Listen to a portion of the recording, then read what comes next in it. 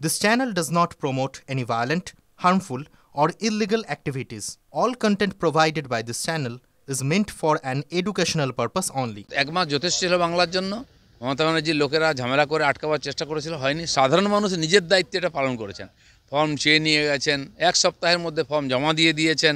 যারা অনেকে বাইরে ছিলেন তাদের একটু দেরি হয়েছে, কিন্তু সব করে নিয়েছে। এবং এটাই ওদের পশ্চিমবাংলায় যেটা হয়েছে প্রথমবার, যে যত ফর্ম, যত মানুষ গেছে সব ফর্ম ফেরত দিয়ে এসছে, অনেক বুথে দেখা যাচ্ছে।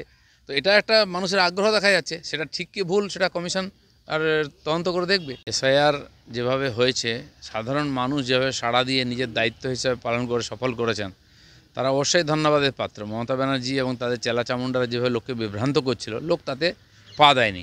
এবং বাকি যে কাজটা 2 মাস ধরে চলবে, ভেরিফিকেশনের কাজ, বহু লোককে ডাকবে এবারে নির্বাচন কমিশনের লোকেরা, এবং সেই ডাকে সাড়া দেবে। আর যে এলে যাতে লোকে বিভ্রান্ত না হয়, বা বাকি লোকেরা এই যে খসড়া লিস্ট বেরোবে তাতে নাম আছে কি না, এটা সাধারণ মানুষকে সাহায্য করা উচিত, যাতে তারা নিশ্চিন্ত হন যারা নাম দিয়েছেন। যেভাবে এসআইআর সময় আমরাও করেছি পার্টির লোকেরা, সেভাবেই সাহায্য করা হবে সবাইকে। উনি ক্ষমতার জন্য কীরকম ভুভুক্ষ ছিলেন সেটা আমরা দেখিনি 2011-এর আগে।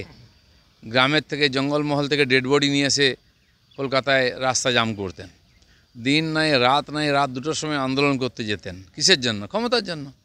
তো ক্ষমতা, একটা রাজনৈতিক পার্টির কাছে ক্ষমতা একটা লক্ষ্য থাকে, কারণ সেই ক্ষমতার মাধ্যমে সমাজের পরিবর্তন করে। বিজেপি সারা ভারতবর্ষে এটাও করেছে, আর পশ্চিমবাংলায়ও করবে, এটা ওনাকে দেখতে হবে। আর এসআইআরটা উনি ভেবেছিলেন ভেস্তে দেবেন, কিন্তু এত স্মুথলি পশ্চিমবাংলায় এসআইআর হবে এটা উনি ভাবেননি। সেটা হয়েছে, আর নির্বাচন কমিশনও বলে দিয়েছে। আর তাদের লোকেরা, যারা কিছু লোক একটু বেশি স্মার্টনেস দেখিয়েছে, বাড়াবাড়ি করেছে, গণ্ডগোল করেছে, এরকম বহু লোককে শোকজ হতে হবে, জেলেও যেতে হবে। নাগরিক তো যতদিন বেঁচে আছেন পরীক্ষা দিতেই হবে। ভোটার লিস্টে গিয়ে নাম খুঁজতে হয় আপনার নাম আছে কি না, তো পরীক্ষা দিতেই হবে।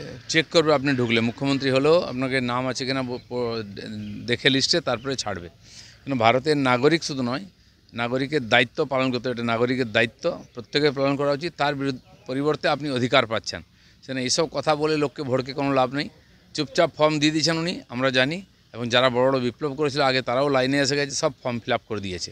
আর পশ্চিমবাংলায় ঠিক সময় সব হয়ে গেছে বলে এখানকার ডেট এক্সটেনশন হয়নি। বাদ যাবে না, এটা করতে পারলে যদি যোগ্য লোকের নাম বাদ যায়, বা কোনো বয়স্ক, শুনছি অনেক লোক 80-র উপরে বয়স হয়ে গেছে, এরকম বহু লোককে ফর্ম দেওয়া হয়নি, তারা জীবন্ত আছেন, তারা ভোটার আছেন।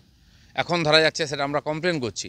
যদি এরকম ধরা পড়ে যে সে বেঁচে আছে, ফর্ম পেলো না, ফিল আপ করতে পেলো না, তাহলে বিএলওর চাকরি যাবে এবং এরও বাঁচবে না, তাকেও এর ফল ভোগ করতে হবে।